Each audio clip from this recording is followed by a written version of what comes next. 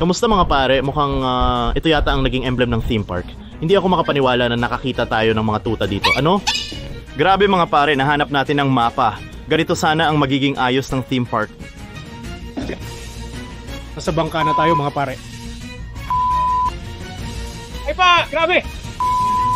Sa tingin ko, posibleng mga nuclear na missile yon.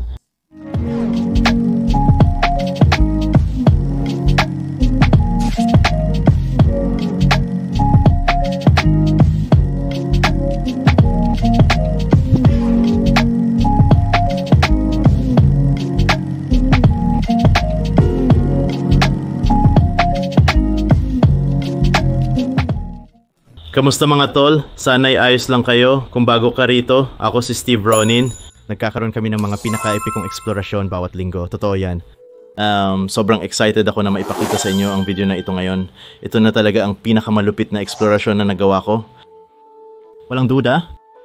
Isa ito sa mga pinakamahusay na abandonadong lugar sa China na maaring galugarin. Yung Sito Printed yun yung pinakamahirap na lugar na tuklasin sa China. At hindi ko ito magagawa kung wala ang mga kaibigan ko sa video na ito. Kaya saludo sa kanila. Salamat Bryn, Drew, Jerry at sa lahat ng nakilala ko sa trip na ito. Talagang team effort ito. Sa Ronin fam na laging nagmo-motivate sa akin. Kung di ka pa bahagi, mag-subscribe at i-click ang notification bell para maging bahagi ng pinakamahusay na exploration family sa YouTube. Bago magsimula, bigyan muna kayo ng impormasyon tungkol sa lugar na ito base sa mga sinabi ng mga kaibigan ko. Key point is warship at ng aircraft carrier. May MiG-27 na Russian jet fighter sa loob na makikita sa video. Ipinadala ito sa South China Sea noong Sino-Vietnam War ng 1970 ng Union of Soviet Socialist Republics. Unang ginawa ng mga Ruso ang warship na ito at naibenta sa iba't ibang bansa. Nagsilbi ito sa Soviet Union mula 1,975 hanggang 1,972. Pagkatapos, naibenta ito sa South Korea makalipas ang 3 taon. Ginamit ito sa South Korea sa loob ng 3 taon pero biglang may nangyaring hindi inaasahan. Nasira ito, walang nakakaalam kung bakit. Kaya ibinenta nila ulit ito. Ibinenta ito sa isang kumpanya at balak nilang gawing atraksyon para sa mga turista ang barkong pandigma na ito sa Shenzhen para ipakita ang kanilang lakas militar. Ibinenta ang barkong pandigma kalaunan. Ibinenta ito sa isang milyonaryong negosyante sa China at inilipat nila ito sa isang lugar na napakalayo mula sa Shenzhen. Ayokong sabihin kung saan iyon. Para mapanatili ang mga lugar na ito, palagi kong ginagawa ito tuwing nag-e-explore ako. Ayokong sabihin ang lokasyon. At itong bumibili, siya ay balak niyang gamitin ang barkong pandigma para sa kanyang theme park. Mayroon siyang mataas na pangarap na gumawa ng isang napakalaking water park. At ang barkong pandigma ay gagamitin sana bilang isang tourist attraction o kahit isang restaurant. Sa kasamaang palad, hindi natuloy ang kanyang plano noong 2015. Kinailangan niyang itigil ang proyekto at nauwi sa kakulangan ng pondo para sa napakalaki niyang proyekto. Ay pulala noon po nakakalimutan namin, pinabayaan na lang ang lugar na ito. Bago magsimula, ihanda ang popcorn, i-like ang video at i-enjoy ito. Magkikita tayo sa dulo. Peace!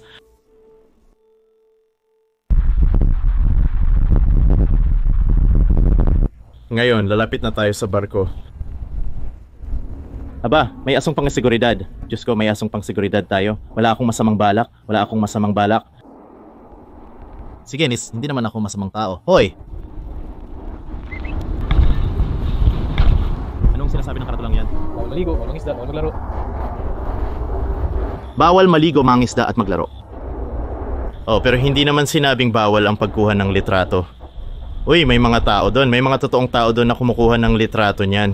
Hindi ko alam eh. Pero pwede rin natin gawin yun. Oo. Baba tayo dito.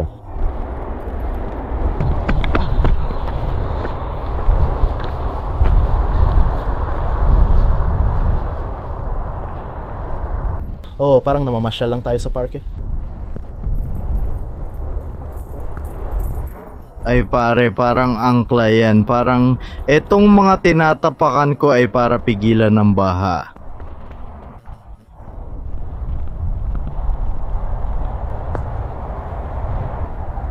Mga angkla ito para mapigilan ng barko na gumalaw.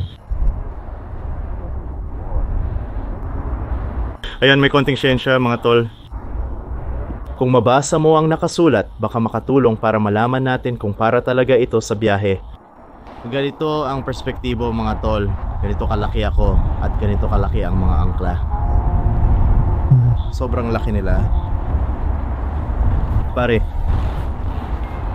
Oh, hindi ako sapat na malakas para dyan. Sigurado ako na kapag high tide, lubog din ito sa tubig.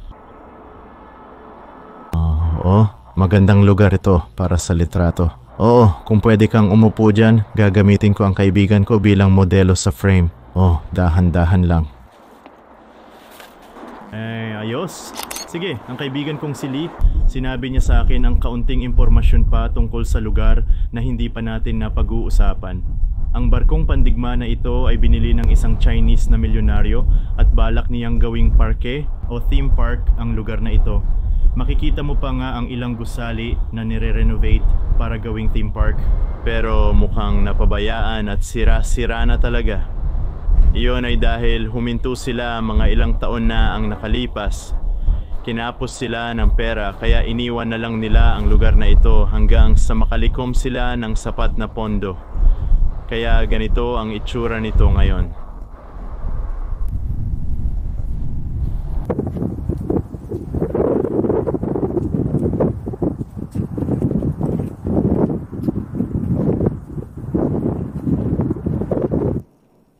Hindi naman masama. Mga pare, may hagdan doon. At parang nakita ko talaga na may butas na tumagos sa likod. Posibleng makasakay ka sa barkong ito. At gusto ko talagang sana may kapangyarihan akong yelo para mapi-freeze ko lang itong tubig dito at makasakay ako. Ang astig nun. Kaya lang, napansin ng kaibigan kong si Lee, paano nga ba napunta dito ang barkong ito sa simula pa lang? Kasi kung titingnan mo sa paligid natin, puro lupa ang humaharang sa daan nito para makaalis kahit saan. Iniisip ko na parang posibleng mas mataas ang tubig sa lugar na iyon noon.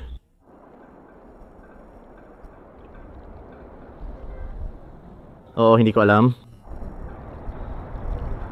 Kung may inflatable bangka, sana kami, nakasakay na kami. Kailangan naming gawin yun sa gabi, itago ang bangka doon. Pero kung mas stranded kami sa bangka, pwede pa naming kunin yung dalawang bangka na yun doon. Grabe, ang laki ng mga plano natin ngayon. Hindi ko alam kung kaya nating gawin. Siguro hindi ngayon o hindi sa pagkakataong ito kasi itong mga life vest na ito. Isa itong life vest. Mukhang... Sa tingin ko, oh. Pare, Diyos ko, galing to sa mga taong lumangoy papunta sa bangka. Sigurado ako. Oy, dalawa to. Isa para sa akin, isa para sa'yo. Oy, nakatakda talaga to para sa ngayon. Pero malamang sobrang lamig ng tubig na yan. Oo, taginit. Grabe, grabe. Ay, pare. Medyo nalulungkot ako pero sobrang kamangha-mangha na nandito ako at nasaksihan ko ng personal ang isang bagay na kasing ganda nito.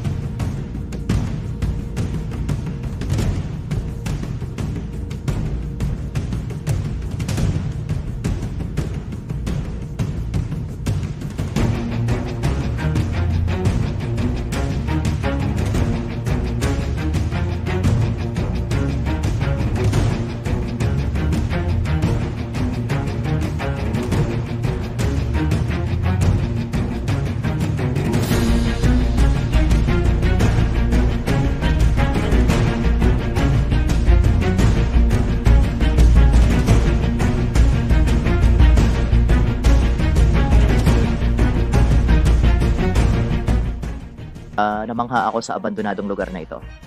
Higit pa ito sa inaasahan ko nung una ko itong nakita. Nakaramdam ako ng matinding motibasyon na sumakay sa barkong ito. Ang mga tanging pumipigil lang sa akin ay ang oras. Meron na lang akong 3 araw na natitira sa China.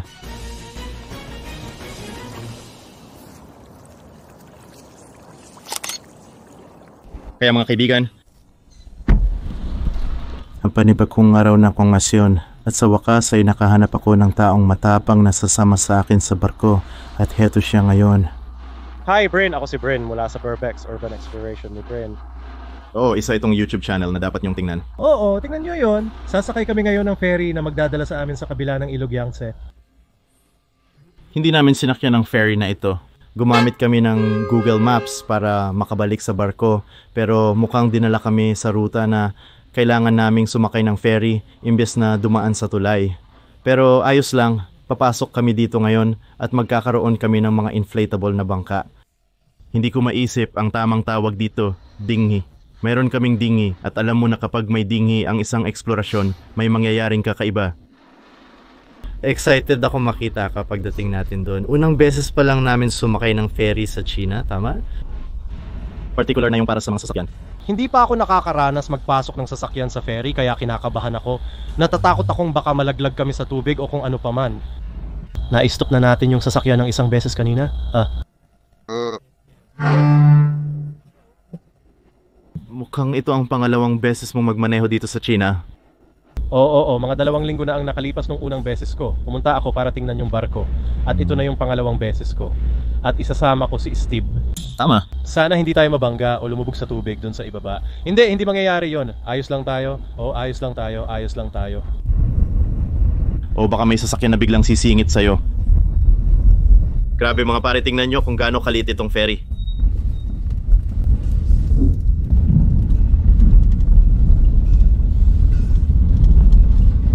Kalawangin na hayop na ganyan, paano kaya lumulutang? Oh, seryoso. Gumagalaw din siya. Oo, papunta talaga sa atin. Huwag mong sabihin yan. Hindi ko inasahan na magiging ganito ang araw habang pauwi tayo, pero sa tingin ko mas maganda ito kaysa noong nakaraan. Noong nakaraan, dumaan tayo sa tulay. Napakalaki nito. Sobrang kalawangin.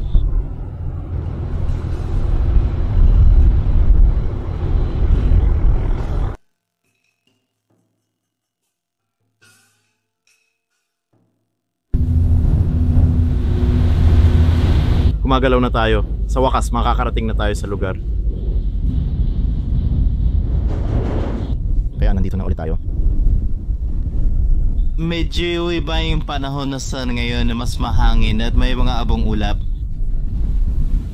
Personal kong gusto ang ganitong panahon dahil mas nagmumukhang apokaliptiko at inabando na ang lugar na ito.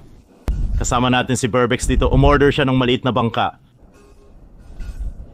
Kagabi? Ngayon, kung mapapansin mo, may butas na tinusok sa likurang pasukan. Kailangan na lang naming tingnan kung iyon nga ang papasukan. Si Brin ang nagboluntaryong mauna. Kung ligtas na, pareho kaming papasok. Kailangan kong tiyakin na walang matutulis na bagay. Sa totoo lang, dapat nagdala kami ng duct tape. Para may panigurado sa bangkang butas. Makikita rito ang ilang tinik na alambre.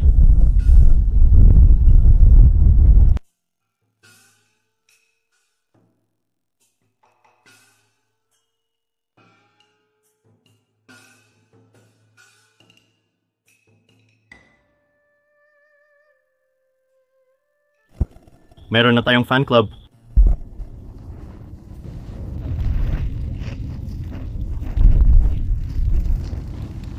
Oo. Nag-aalok ka mauna. Oo, kinakabahan ako. Pwede ko bang sabihin ang putang ina sa mga video? Oo, ibiblip ko na lang. May dala ka bang camera mo? Yung RX dapat dalhin mo yon. Ayokong mahulog yun eh. Hindi ko naman sa tingin mahuhulog yun. So, kukunin ko ang jacket. Lamig. Mas lalamig pa sa tubig. Sige, may lubid tayo at mananatili ako para magbantay. Sa tingin ko, bawat isa dito ay 10 metro. Ano-ano sinasabi na nila sa Chinese? Nagiging interesante na ito. Ang ibig sabihin ng nyobi-nyobi ay parang nagkakantat ang mga baka, pero ang ibig sabihin nito ay sobrang astig. Sa ibaba. Nilagay ko lahat ng damit ko sa ilalim. Sakaling ako nga ang hinahanap. Dito ka nakatira. Ho, Ukraina. Ukraina sa Ukraina. Ang ibig niyang sabihin ay papuntang Ukraina.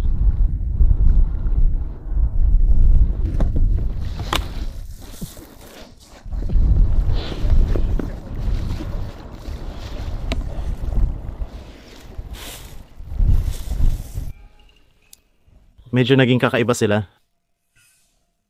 Nauwi kami sa paggawa ng palabas para sa mga lokal na dumating din para tingnan ang barkong pandigma. Bago pa man mapansin, may 7 tao nang nakatitig sa amin habang nag-uusap sa Chinese. May isang lalaki doon. Medyo baliw siya. Nauwi siya sa paglangoy ng hubad sa tubig. Huwag mo nang tanungin kung bakit. Wala rin akong alam. Tinatangkang lumangoy ba siya? Tinatangkang lumangoy ulit? Gagawin mo ba? Alam mo na?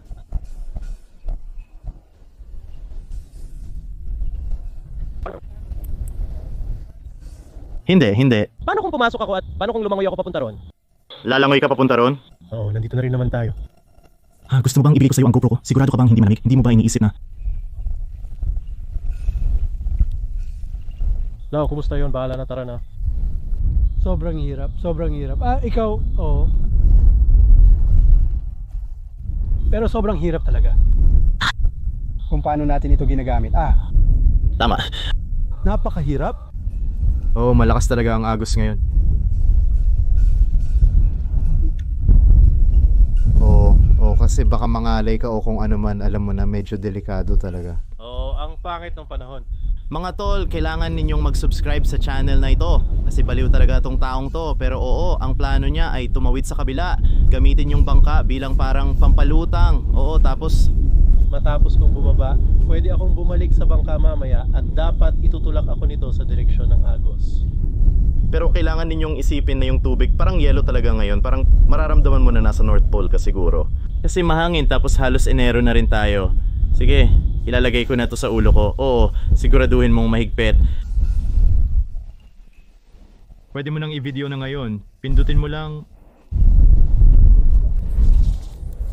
Malalamig to, di ba?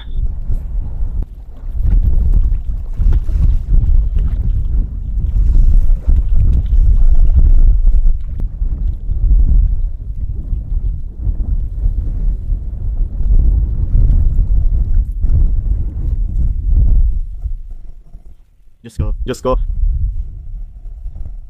Masyadong malamig. Ang lamig.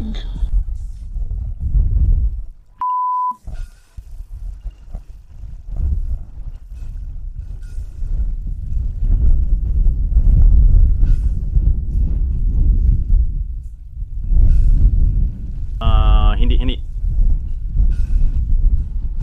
Oo, bumalik ka lang. Oo. Baka kailangan nating bumalik tuwing tag-init kapag mas mainit na.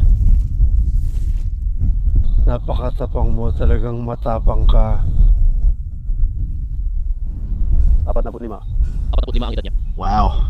Oh, malamig, di ba? Estudyante ang kaibigan mo, estudyante ka rin. Hindi. Estudyante, dito ka nagtatrabaho? Oo. Naglalakbay ka pala. Salamat. Naglalakbay ang lalaking ito. Talaga? Malalakbay? Oh. Ayos yan. Sabi niya aakyat siya sa bangka at patutuyuin ang kanyang mga damit sa sikat ng araw sa deck ng bangka. Wow, nagawa na ba niya yung dati? Sabi niya, ito ang unang beses niyang gawin yon at parang palipat-lipat lang siya dito papunta sa ibang syudad. Kawili-wili. Gusto lang talaga niyang gawin yon. Oh. Wow. Ang ganda ng ugali mo, grabe. Tol, ganyan dapat mamuhay. Babalik daw siya bukas, sabi niya siguradong may paraan para makasalig yan. Pero paano siya muling lalangoy? O kukunin ba niya ang kaibigan niyang may bangka? May sinabi siya tungkol sa parang electric na bangka, pero siya gusto kong sumama sa kanya pero wala siyang numero ng telepono. Wala siyang telepono. Ayokong sumuko pero paano kung makabalik tayo bukas at talagang makapasok tayo? Grabe, sobrang nadismaya ako. Hindi ko inakala na ang panahon ang pipigil sa akin na makapasok ngayong araw na to. Pero imbes na magmukmuk lang, nagpasya kaming tingnan ng theme park area. Kailangan naming maglakad ng sobrang layo. Kakarating lang namin sa theme park area. Kita mo, medyo may power na ito. Mukha siyang dalawang tandang pananong tulad ng nakikita mo. May mga bakas pa ng renovation. Ang dami talagang hindi pa tapos dito. Ilang mga gamit.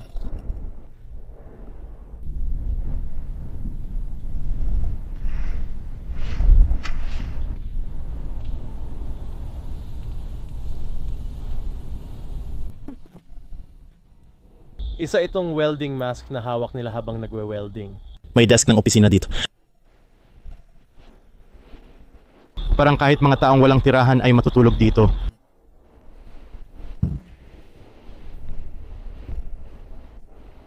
Ito ang pambungad sa isang nakakatakot na pelikula.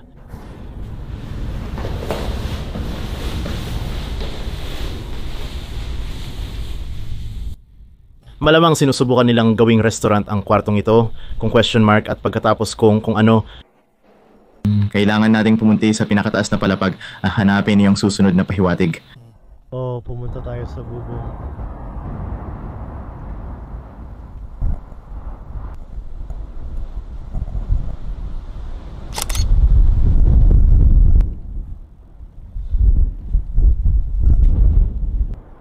Medyo sana hindi iniwanan ang lugar na ito kasi magiging napakagandang lugar sana ito para magpalipas ng oras, mag-relax at magsaya.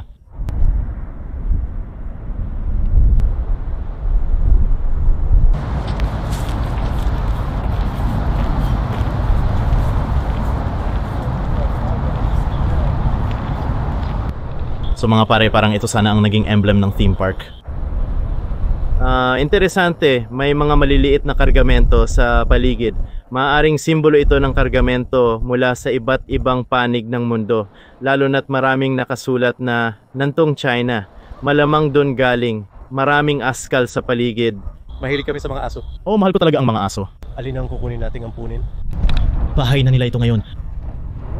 At heto ang likod. Mukhang natapos na nilang kulay ng China.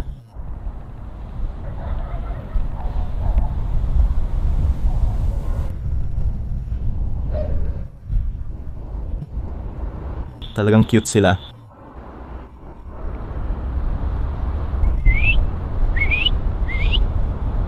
Halika dito. Huwag tumakbo. Dumaan sila sa gubat, bro. Asa mo yan? Oh pare, ang cute niya sobra. Sinsin. Tinawag siyang kiss-kiss dahil lagi siyang nagpapakiss at nagbibigay ng halik. Pero parang may kakaiba siyang mga tenga.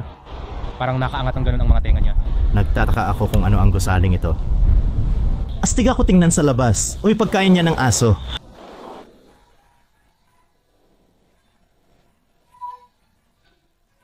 Ay, Diyos ko.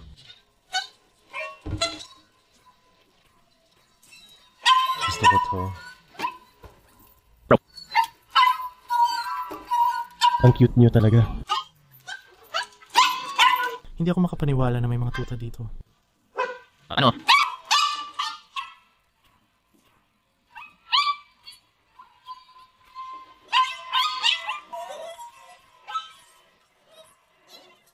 Mga pare, mag-comment kayo sa ibaba kung alin ang gusto ninyo.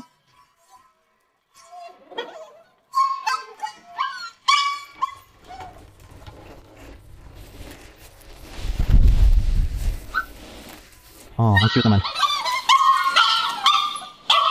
Yung mga aso na pareho ay malayo na. Baka nanay nila yon. Dahil doon, mas lalo akong nagustuhan magkaroon ng tuta. Sobrang kakaiba ng araw na to. Ang dami kong natutunan sa pag-explore. Hindi ito nangyayari sa pangkaraniwang araw. Ang ganda ng lugar na ito. Maaaring taling hotel or isang kasino na sinusubukan nilang gawin.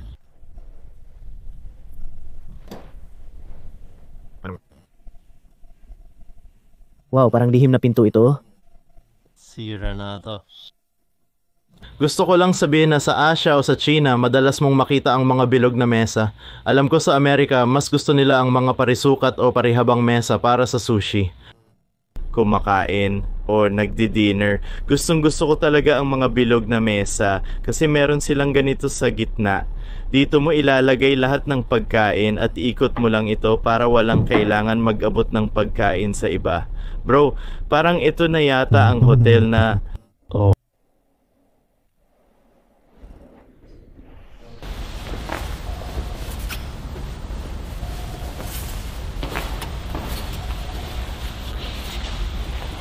Pare, tama ka, gawa pala ito sa mga kabibe. Hindi ka panipaniwala. Parang may mother of pearl na kinang ito. Oo mga pare, sana nandito kayo ngayon para maramdaman to kasi totoo talaga ito, grabe. Ang galing.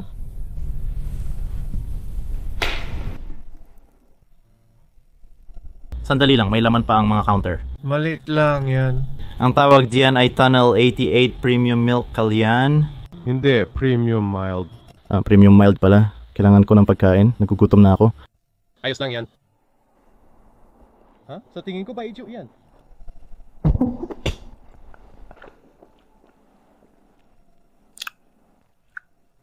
Malakas. Oh, gusto mo ba? Hindi, salamat. Ang weird. Pare, parang si Jack Skellington yan. May gagamba ba sa ibabaw? Uy, pare, gumagalaw ang ulo niya. Yan na ang pinakaastig na bagay. Pare, gusto ko nito pang dekorasyon sa Halloween. Hindi ako makapaniwala na nandito pa rin ang mga chandelier. Sa palagay ko, isa tayo sa mga kauna-unahang nag-explore dito. Kahanga-hanga, kaya siguraduhin mag-like sa video at tingnan ang aming mga channel. Kung pulas ang sulong niya, hindi ako nandito ngayon para gumawa ng video at ipakita sa inyo ang araw na ito. Talagang nakakabaliw ito. Isa sa pinaka-astig kong pag-explore, lalo na at may nakita akong hubot-hubad na lalaking lumalangoy. Binigyan pa niya ako ng mga nakaka-inspire na salita, huwag kailanman sumuko. Nakakita kami ng mga tuta na may pagkain sa labas kaya may ibang tao pa rito. Ang nag-aalaga ng mga tuta ay tiyak na mabait. Magkakampo na lang tayo dito. Parang isang marangyang hotel ito. Hotel? Ang ibig mong sabihin mansion? Sa atin lang talaga ang buong lugar. Pare. Tingnan mo to. Mga tol, nahanap na natin ang mapa. Ito ang tamang ayos ng theme park. Oh, angat, diba? Oo, tama ka. Mga pare, ayun ang barko. Sila ba at 3 gusali lang yata ang natapos nila dito? Oo. Nakakakalungkot dahil malaki sana ang lugar na to. Kaya yung malawak na bakanting lupa na dinaanan natin kanina, lahat yun ay itong lugar dito. And so kaya nila nilagay ang barko dito kasi ito ang perpektong lugar. May tubig sa lahat ng dako. At makikita mo, ito ang tulay. Yan ang tulay na galing sa Shanghai. Hindi ka panipaniwala, bro? Naglalagay yan sa atin ng mga... Yan ang zero dito. Sige, mga barko dito. Tapos parang, nandito na tayo. Grabe. Pare, sobrang nagustuhan ko ang nakita ko ngayon. Alam mo ba ang ibig sabihin nito sa Chinese? Katulad ng mga pulang yon. Ito parang mundo ng panaginip. Ito ang sinasabi nito. Parang... industrial na tubig sa kalsada. Sige. Ito parang iyon ang pangalan ng barko. Kaya parang barko mundo paradahan ng kotse. Parang may kasamang hotel. Ito naman ay nagsasabing wetland park. Wetland Park. Parang may 3 bahagi dito, no? Ito ay nagsasabing parang water dream, kaya ito yung bahaging ito. Water dance, no? Kaya yun naman yung bahaging iyon, at yung section na iyon ay ang pinagmulan ng tubig. Dito, maraming gamit na nakakalat sa sahig, mukhang napagkukuhaan na. Gusto ko talaga ang mga chandelier na ito. Dating pa po Juan Stepana Quartz Sanifas na eskwela ituro ang pintong ito. Sa palagay ko, ito ang pinaka-develop na gusaling aking nakita. Kakaiba na may nakitang billboard na may nakasulat na 2019. Yan ba ay si Branagh? Mabaho ang hininga. Tsaan na pang kulay labi, mukhang masarap. Magiging kapaki-pakinabang ito para sa ilang tao. Pare, ito ang project book. Bro, kailangan mong makita to. Parang lahat ng tungkol sa project nandito. Malalaman mo kasi, tingnan mo to. Tingnan mo yung simbolo ng pahina. Wow, parang ito yung area ng paradahan. Sino ba talaga ang gustong pumunta dito? Alam ko medyo malayo nga, di ba? Talagang malayo ito sa daan. At tingnan mo yung mga tiles dito. Pwede itong gawing television room. Oh, parang malaking screen o kung ano man. Hindi ko alam ang dating gamit ng gusaling ito dahil sa tingin ko hindi na ito hotel. Sa tingin ko, isa itong showroom. Oo. Gusto nilang magpasikat para subukang makaakit ng mga mamumuhunan na pumunta rito. Hindi mo kailangan makipaglaban. Nakakatawa, may nakita akong shell dito at naisip ko, may gusto bang maging Ninja Turtle ngayong Halloween? Tignan mo, nahanap pa namin ang maskara ni Raphael. Mga pare, ilabas na ang mga paninda. Gusto nila maging Ninja Turtle. Pare, ang ganda rin ng sahig dito.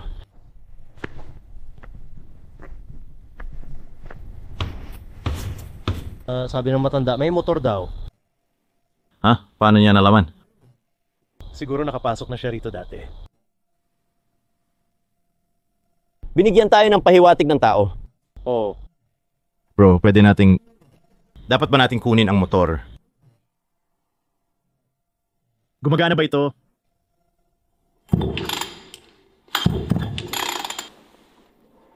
Itong gasolina. Masyadong madilim para lumabas ngayon. Sigurado ako na ngayon, alam na natin ang simula. nandito ba tayo sa isang ito ngayon lang? Sa tingin ko, oh. Ganito kasi mga pare. 2 beses akong nagtangkang sumakay sa barkong pandigma na to. 2 beses kong sinubukan. Hindi ko nagawa pareho sa 2 araw. At noong huling araw, ito ay ginawa ko noong araw na kailangan kong umalis ng China. Hindi ko inakala na magiging 100% tapos ang video. Alam mo yon? Dapat may mga kuha sa loob. At dahil sa lagay ng panahon at sobrang lamig, talagang hindi naging posible iyon. at sana kikaalamikan ba ni Katerita ni Pekinto na tapos wag sa loob. Pero buti na lang dahil kay Brin, nakakuha kami ng mga kuha sa loob.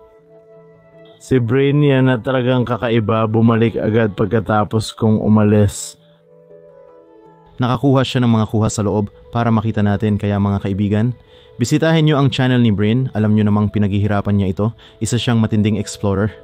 May kasama rin siyang kaibigan. Ang pangalan niya ay Drew. Isa siyang astig na first-person view drone pilot at base sa video na ito, isa rin siyang matinding explorer.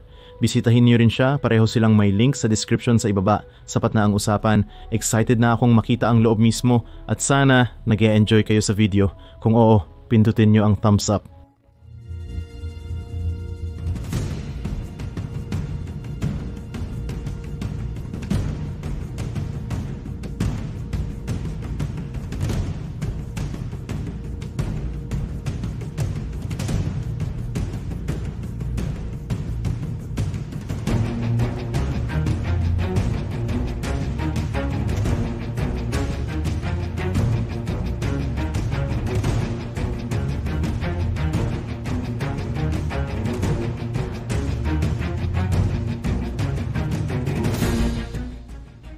Pangarap ko talagang makapasok ka sa barkong pandigma na ito matapos ko itong makita ng personal.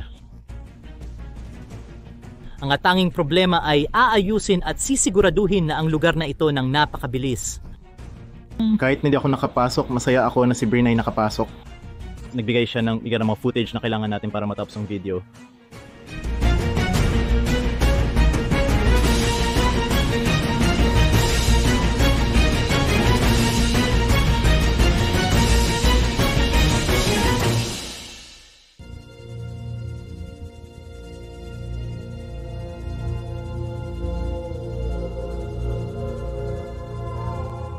Malamang litrato ito ng mga turista noong tourist boat pa ang bangkang ito.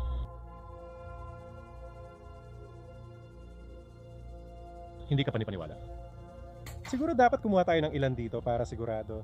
Sigurado.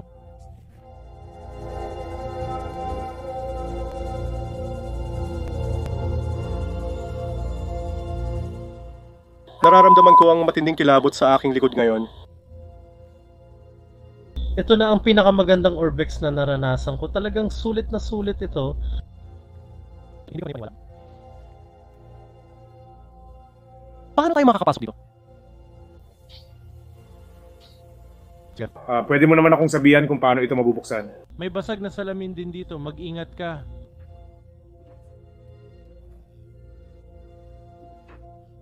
Nakasulat dito, EST5365K. Parang may bandila rin ng China dito. Ay hindi, bandila ba ng Soviet yan? Bandila nga ng Soviet yan. Bandila ng Soviet ang nasa ibabaw nito at parang mga tubo ng paglulunsad ng torpedo lahat ng mga ito. Nakita na natin siguro ang 5 pa at may 5 rin tayo sa side na to. Ay, grabe po. Parang ito na yung missile. Matitinding missile ito.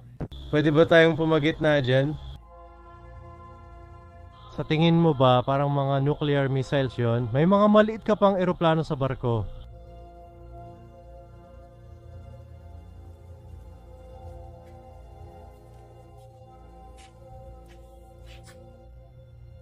Ano yon?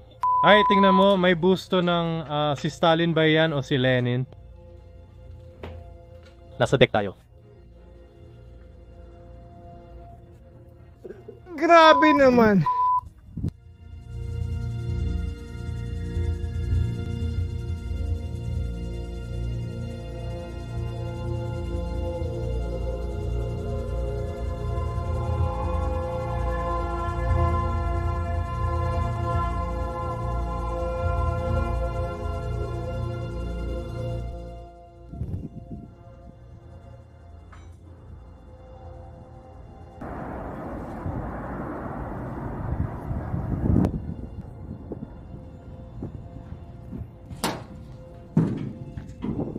Huwag mong hawakan. Sa tingin ko, parang bagay ito na nilalagyan ng bala. Oo, ay grabe, may mga bala pala sa loob nito. Nakikita mo ba lahat ng mga bala na ito? Tingnan mo dito, may lalagyan ng bala at kinukuha ito ng mga tao tapos nilalagay nila dito. Pero tingnan mo yung mga bala sa loob, ang lalaki nila, tingnan mo. Nakikita mo sila sa likod. Grabe naman. Kakatuklas lang namin ng parang storage room ng mga bala ng kanyon. Nasa ilalim lang ito ng heavy artillery guns. May mga peke dito, gawa sa kahoy, pero may mga luma at totoong bala rin. Siguro decommissioned na. Pero grabe, tingnan mo lahat ng mga magagandang bala na to.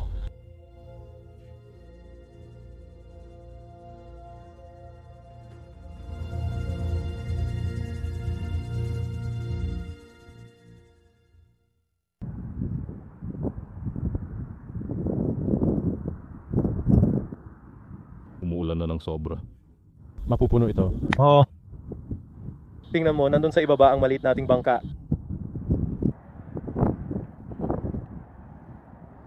So ngayon, mukhang nasa tulay tayo at makikita mo na maraming kagamitan sa nabigasyon dito tulad ng radar, sonar.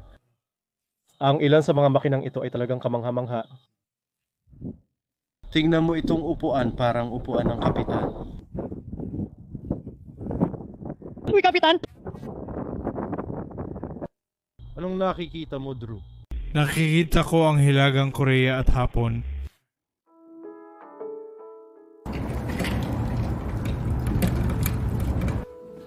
Grabe, napakatayog na natin ngayon. Para tayong nasa tuktok ng gusali. Ang taas na rin. Hindi pa rin tayo nasa tuktok.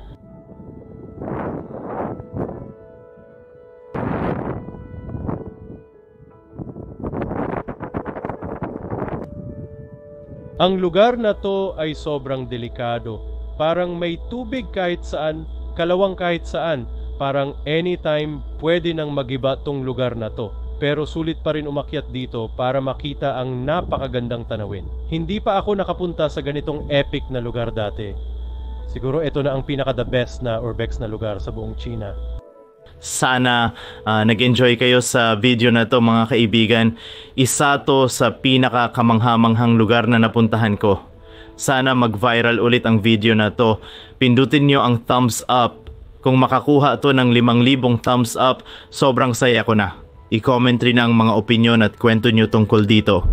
I-share ang video at kung gusto nyo pa ng mas marami mag-subscribe at i-click ang notification bell. Huling video na to ng China series. Kung hindi nyo pa napapanood ang iba ko pang mga video, highly recommended ko na panoorin nyo rin. Sobrang saya at lahat ng napuntahan namin ay sobrang astig. Pero hindi pa dito nagtatapos, marami pa akong ilalabas na video tuwing Sabado, bawat linggo. O kung gusto nyo, silipin nyo rin ang pangalawa kong channel, mas marami pa akong ina-upload na content doon. Tuwing Miyerkules, 3 post-meridian Eastern Time ako nag-a-upload. Susunod na serye, sa Japan naman, pagkaalis ko ng China, pumunta ako sa Japan para mag-road trip at nag-shoot sa 3-4 na prime locations. Sobrang ganda ng mga lugar. Sa channel na to, laging best of the best ang nilalabas, kaya abangan yan. Mahal ko kayong lahat, Ronin fam. Magkita-kita tayo sa susunod na adventure. Peace.